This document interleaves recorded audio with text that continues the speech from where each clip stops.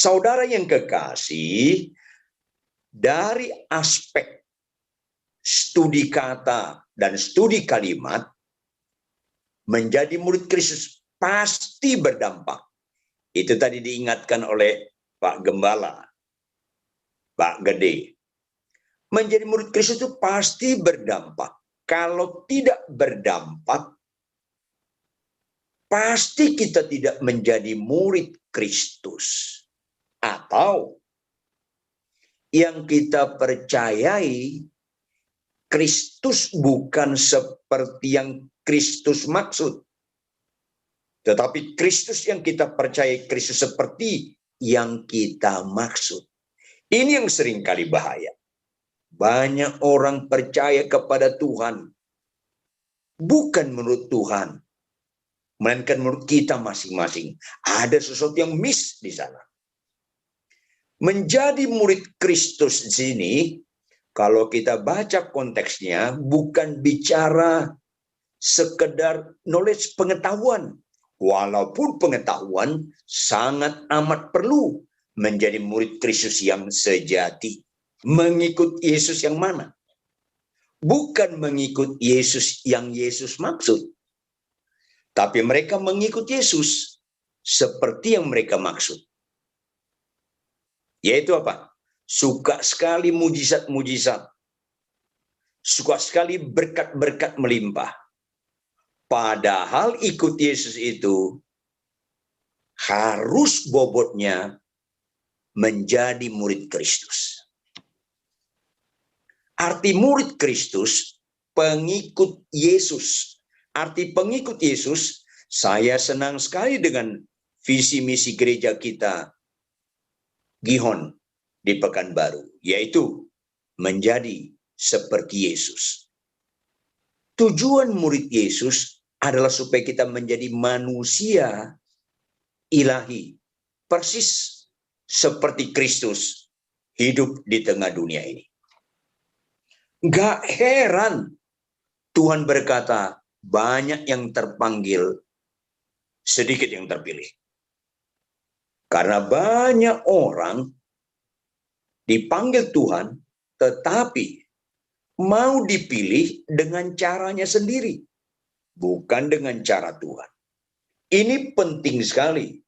Maka nggak heran ketika Yesus berpaling kepada mereka, jikalau seorang datang kepadaku dan ia tidak membenci bapaknya, ibunya, istrinya, anak-anaknya, saudara-saudaranya laki-laki atau perempuan, bahkan nyawanya sendiri, ia tidak dapat menjadi muridku. Langsung absolut. Tidak dapat menjadi muridku. Kata-kata, jika orang datang kepadaku dan tidak membenci bapaknya, ibunya, artinya apa? Kalau tidak kita nomor satukan Tuhan di atas segala-galanya, kita tidak akan pernah jadi murid Yesus. Catat baik-baik. Kalau tidak kita mau diproses jadi murid Kristus, supaya Kristus center, Kristus segalanya, absolut kita tidak pernah jadi murid Yesus. Ini seringkali tanpa disadari, maka mayoritas orang di gereja tidak menjadi murid Kristus. Sekali lagi, mayoritas orang di gereja tidak menjadi murid Yesus Kristus. Mayoritas orang gereja simpatisan Yesus. Sepanjang Yesus beraktualisasi yang dikagumi oleh manusia. Jujurlah Bapak Ibu Saudara, orang gereja lebih kagum melihat orang lumpuh berjalan, melihat orang buta celik, dan akhirnya membesarkan nama Tuhan, daripada melihat seorang suami yang begitu mengasihi istri. Melihat seorang istri tunduk pada suami. Orang lebih kagum lumpuh berjalan. Orang lebih kagum buta celik daripada melihat suami sangat setia kepada istri, istri sangat tunduk kepada suami. Ini seringkali tanpa sadar. Sehingga makin parah karena banyak orang Kristen tidak mental seorang murid. Apalagi penekanan berulang-ulang di gereja membuat jemaat semakin jauh daripada murid Kristus. Alkitab tegas sekali, jangan serupa dengan dunia ini. Padahal mayoritas orang Kristen serupa dengan dunia ini. Tolong yang bisa jawab, saya tanya. Tolong yang jawab, saya tanya, tolong bisa yang jawab. Buka mic-nya. Mana orang Kristen sulit terlambat? Ke gereja atau ke bandara? Bisa jawab? Ke bandara, Pak. Bandara. Bandara, Pak. Nyambung kan? Bandara. Nyambung kan? Ya, orang Kristen lebih panik terlambat pesawat daripada terlambat ke gereja. Seorang istri bilang sama suaminya, Pak, nanti terlambat kita ibadah. Udah lama, tenanglah, masih nyanyian itu, masih pujian itu. Begitu sebaliknya, mereka mau berangkat ke Jakarta, Mama cepat, nanti kita terlambat pesawat. Istrinya dengan ringan berkata, Pak, udah Pak, masih di landasan pacu itu pesawat, nanti kita kejar. Saudara yang kekasih, nggak banyak orang menjadi Kristen yang Tuhan maksud. Akhirnya, kita beda dengan dunia hanya cara ibadah. Hanya nama Tuhannya, tetapi sikapnya sama saja. Saya di Singers, di gereja, ada banyak orang menyembah gemetar-gemetar. Di gereja, banyak orang menyembah gemetar-gemetar. Tapi bisa pulang, naik motor lawan arah, orang lain gemetar sama dia. Gak banyak orang Kristen mental murid Kristus, yaitu Kristen seperti yang Tuhan maksud. Ada bapak-bapak menyembah gemetar-gemetar, tapi pulang istrinya gemetar sama dia. Ada ibu-ibu menyembah terharu-terharu, tapi kelakuannya masih mengharukan. Orang bisa kita bohongi, Tuhan tidak bisa kita bohongi. Makin jauh kita daripada yang Tuhan kendaki, karena kita serupa dengan dunia ini, karena dalam ibadah-ibadah Kristen, makin jauh daripada murid Kristus. Apa itu? Penekanan-penekanan gereja orang Kristen mengerikan sekali. Datanglah ke gereja yang sakit sembuh. Datanglah ke gereja yang nggak punya anak dapat anak. Yang nggak punya pekerjaan dapat pekerjaan. Itu tidak ibadah Kristen Bapak Ibu. Tolong jangan nggak nyambung. Itu bukan ibadah Kristen. Kalimat-kalimat itu cocok dalam KKR. Tapi kalimat itu tidak cocok dalam ibadah minggu. Makanya dalam Roma 12 ayat 1 ditekankan apa? Ibadah yang sejati tidak bicara menerima Bapak Ibu. Datanglah ke gereja yang sakit sembuh, menerima. Datanglah ke gereja yang nggak punya anak dapat anak, menerima. Datanglah ke gereja yang nggak punya pekerjaan dapat pekerjaan, menerima. Itu jauh sekali pada ibadah Kristen yang menekankan bukan menerima. Persembahkanlah tubuhmu sebagai persembahan yang hidup, yang kudus, puncaknya apa? Yang berkenan kepada Allah. Sakitmu sembuh nggak penting. Hidupmu pemalas jadi rajin penting. Yang pembohong jadi jujur penting. Yang sombong jadi rendah hati penting. Yang pelitnya auzubillah bin jalik jadi suka memberi, itu penting. Bukan menerima.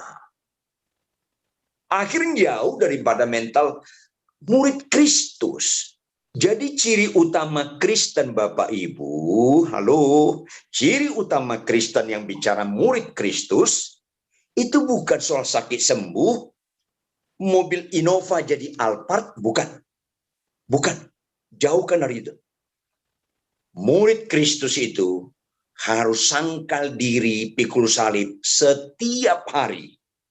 Karena setiap hari, itu ciri utama orang Kristen. Itu ciri utama orang pengikut Kristus. Sangkal diri, pikul salib. Kenapa? Catat baik-baik. Karena rohani yang Tuhan maksud, beda sekali dengan rohani yang orang Kristen maksud. Termasuk pendeta maksud, termasuk dosen-dosen teologi yang maksud. Tanpa disadari. Akhirnya rasanya kita hamba Tuhan yang luar biasa kalau kita khotbahnya berapi-api dan bagus. Halo, gereja memerlukan khotbah yang bagus. Tetapi khotbah yang bagus bukan representatif rohani. Banyak orang bernubuat, terjadi nubuatnya, tanda hamba Tuhan diurapi. Tidak, dan tidak. Gereja memerlukan karunia nubuat. Tetapi karunia nubuat tidak representatif murid Kristus. Ini penting sekali supaya kita jangan salah memaknai menjadi murid Kristus yang berdampak. Kalau murid Kristus yang sehat, pasti berdampak. Bagaimana murid Kristus yang benar? Bukan sekedar khotbah. Sekali lagi, khotbah dibutuhkan gereja. Bernubuat dibutuhkan gereja. Mujizat dibutuhkan gereja. Tetapi itu bukan ukuran rohani. Kerohanian orang dilihat dari ketaatan.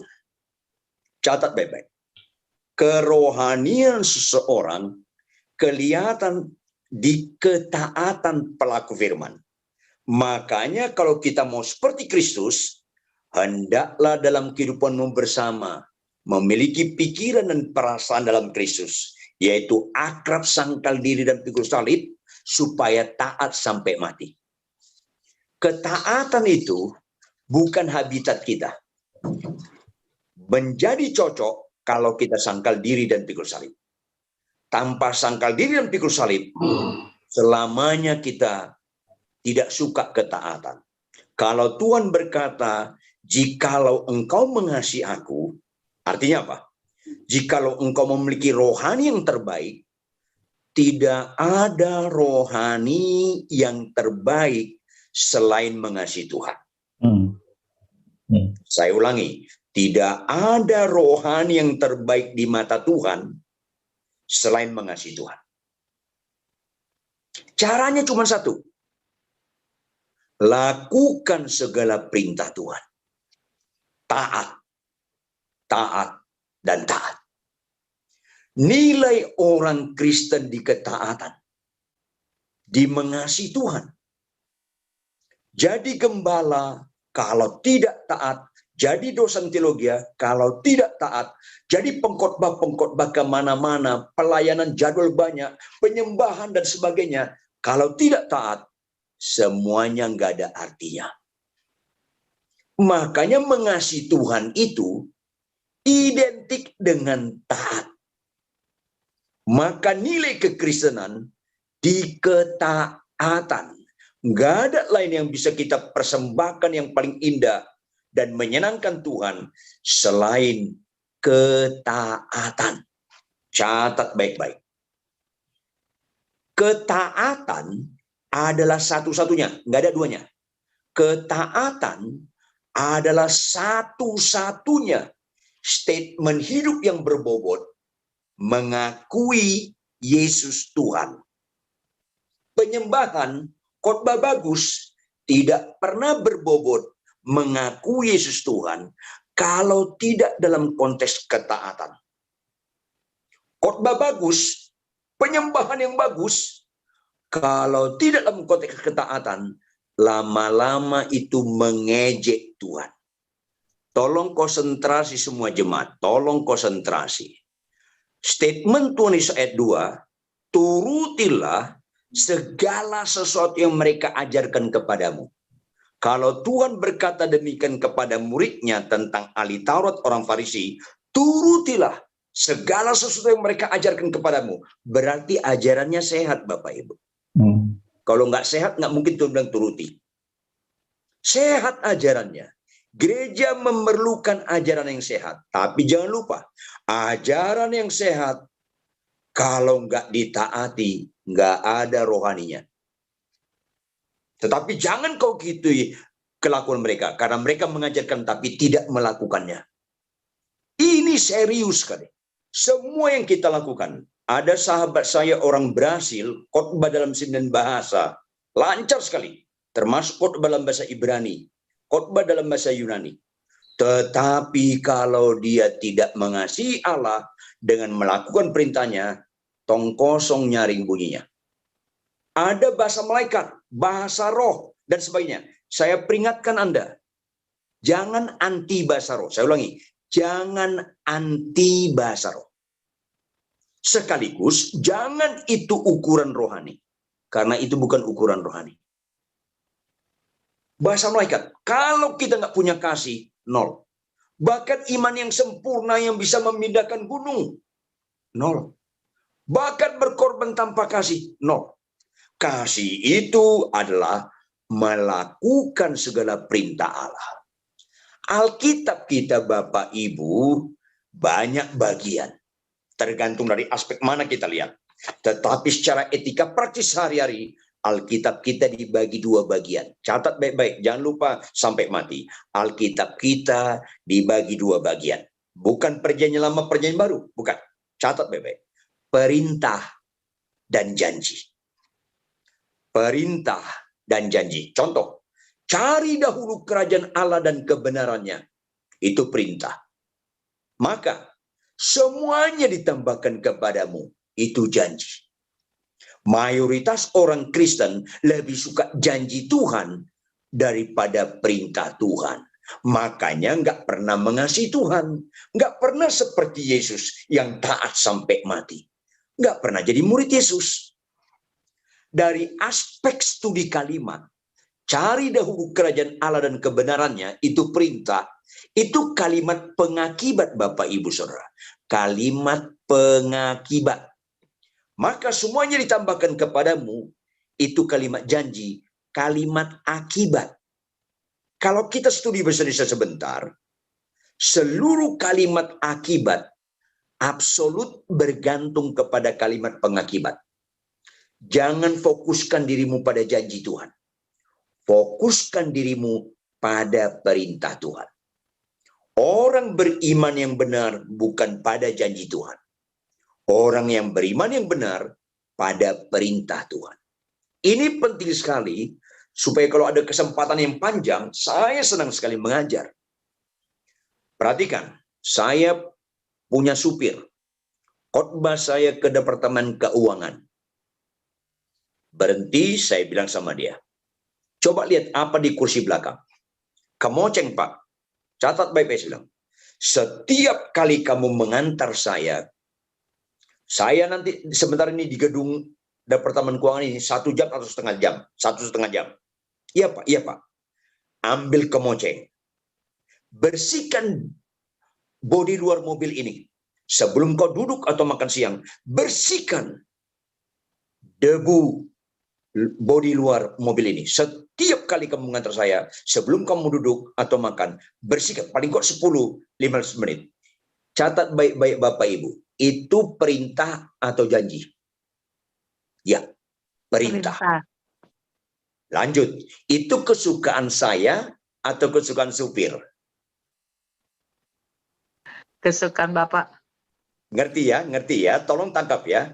Perintah Tuhan representatif dengan kesukaan Tuhan. Ibadah yang sejati, persembahkan tubuhmu yang sebagai persembahan hidup, yang kudus dan yang berkenan, yang menyenangkan hati Allah. Yang paling menyenangkan hati Allah, perintah Allah, kalau kita taati. Begitu saya selesai ibadah, saya lihat mobil saya bersih. Dia lari-lari, supir saya masuk ke mobil. Begitu masuk, dinyalakannya mesin, saya bilang apa? Kalau kau lakukan ini setiap kali kau antar saya, setiap kali kau antar, begitu parkir, langsung kebaskan debu bodi luar ini. Tiap kali kamu lakukan, tahun depan tahun depan gajimu naik 2 kali lipat. Tahun depan gajimu naik 2 kali lipat. Itu perintah atau janji? Janji, Pak. Janji. Itu kesukaan saya atau kesukaan supir? Kesukaan supir. Yes, catat baik-baik, jangan lupa sampai mati. Perintah Tuhan kesukaan Tuhan. Janji Tuhan kesukaan manusia. Anda tidak pernah jadi murid Kristus kalau Anda tidak memiliki pikiran dan perasaan Kristus, yaitu kesukaan Kristus, yaitu perintah Tuhan, menjadi kesukaan kita. Kalau Anda belum suka perintah Tuhan, Anda nggak ngerti murid Kristus. Bapak-bapak lihat saya, bapak-bapak lihat saya. Ada perintah Tuhan, hai suami, kasihlah istrimu. Itu harus kita kejar wajah Tuhan dan itu harus jadi kesukaan kita. Harus bobotnya kesukaan. Nggak boleh nggak kesukaan. Dan kita mengasihi istri, bapak-bapak lihat baik-baik. Kita mengasihi istri nggak ada kaitannya dengan kelakuan istri. Karena kita nggak beribadah dengan kelakuan istri. Kita mengasihi istri karena kita sedang membangun ibadah kepada Tuhan. Karena mengasihi istri itu perintah Tuhan, bukan perintah istri. Sebaliknya ibu-ibu, lihat saya, ibu-ibu lihat saya. Perintah Tuhan, hai istri, tunduklah kepada suami. Loh, kalau suamiku kasar Pak Pendeta, nggak ada kaitannya tunduk pada suami dengan kelakuan suami. Istri tunduk pada suami, suami mengasihi istri karena ada statement hidupnya berkata, aku nggak pernah menebus diriku. Aku ditebus Kristus, aku ini imamat yang rajani, kepunyaan Allah sendiri. Supaya kita melakukan kehendaknya. Maka ketaatan itu arti mengasihi Tuhan. Itu tujuan kita dimuridkan Tuhan seperti Kristus. Taat sampai mati. Saya mulai balik lagi ke belakang. Bapak Ibu catat baik-baik. Adam dan Hawa sebelum jatuh dalam dosa adalah makhluk yang sempurna. Tidak ada manusia selain Kristus sesempurna Adam dan Hawa sebelum jatuh dalam dosa. Di mana letak kesempurnaannya? Bukan pada Adam dan Hawa. Letak kesempurnaannya pada Allah yang menciptakan mereka. 1 Yohanes 4 ayat 8, Allah adalah kasih. Allah yang adalah kasih menciptakan Adam dan Hawa jadi makhluk kasih. Segambar dengan Allah, makhluk kasih. Kita tahu tadi, Yohanes 14:15, jikalau engkau mengasihi aku, engkau menuruti segala perintahku. Maka, betapa mulianya Tuhan menciptakan dan Adam dan Hawa seperti Allah adalah kasih dengan mengasihi Allah dengan kalimat. Perhatikan baik-baik. Semua buah pohon di taman ini boleh kau makan buahnya. Tapi yang satu itu, jangan kau makan buahnya. Kalau kau makan, kau akan mati. Apa makna di balik itu, Bapak Ibu? Makna di balik itu bahwa Adam dan Hawa dituntut untuk mengasihi Allah taat. Fokusnya bukan buahnya. Orang Kristen kurang kerjaan meneliti buah apa itu. Orang Kristen kurang kerjaan menyebut nama buahnya buah kuldi, buah simalakama. Itu kurang kerjaan. Entah itu rambutan, entah itu durian, masa bodoh. Karena fokusnya bukan buahnya. Tapi fokusnya perintahnya. Ulangi di tempat Anda masing-masing, fokusnya apa? Perintahnya. Kalau taat, Adam dan Hawa, kau tetap menghormati ciptaanku, kau segambar dengan aku, kau mengasihi aku, kamu makhluk kasih dengan taat. Tetapi sebaliknya, catat baik-baik Bapak Ibu, yang paling serius dalam hidup ini tidak taat. Jauhkan dari nilai-nilai serius menurut dunia. Kanker nggak serius. Kena COVID-19 bukan yang paling serius. Tidak taat yang paling serius. Kalau kau tidak taat mengasihi istrimu, kalau kau tidak taat tunduk pada suamimu, kalau kau tidak taat menghormati orang tuamu, itu statement yang berbobot menolak ketuhanan Yesus. Catat baik-baik. Semua khotbah, semua penyembahan, nol. Kalau Anda tidak taat mengasihi istri. Kalau Anda tidak taat pada tunduk pada suami. Kalau kau tidak taat hormat orang tua. Kalau kau tidak taat pada perintah Tuhan, engkau sebenarnya sedang menolak ketuhanan Yesus. Saya peringatkan Anda, yang paling serius dalam hidup ini, tidak taat. Makanya Adam dan Hawa begitu nggak taat, langsung diusir. Putus hubungan dengan Allah. Itulah dosa. Terjemahkan dosa sama dengan tidak taat. Catat baik-baik. Ketidaktaatan Hawa dan Adam yang membuat mereka putus hubungan dengan Allah. Tidak ada kejadian dalam manusia yang mampu memutuskan hubungan manusia dengan Allah selain ketidaktaatan. Kanker tidak bisa memutuskan hubungan kita dengan Allah. Cacat fisik tidak bisa membuat putus hubungan dengan Allah. Mandul tidak bisa memutus hubungan dengan Allah. Tidak taat, yaitu dosa, putus hubungan dengan Allah. Lihat yang serius menurut Tuhan yang serius. Menurut Tuhan yang paling serius dalam diri manusia, Adam dan Hawa, dan kita semua. Jangan kau makan buah itu. Artinya, jangan gak taat.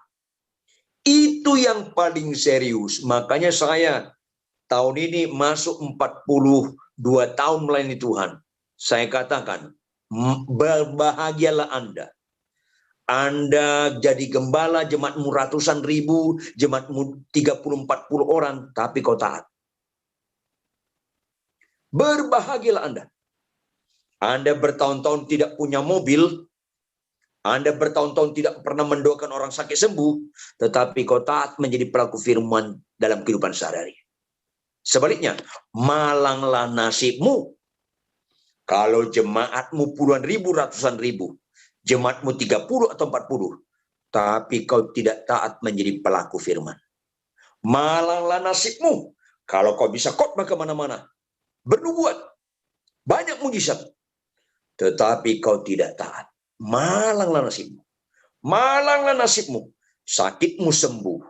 Hartamu berkelimpahan. Tapi kau tidak taat. Yang menentukan itu Bapak Ibu, taat atau tidak taat.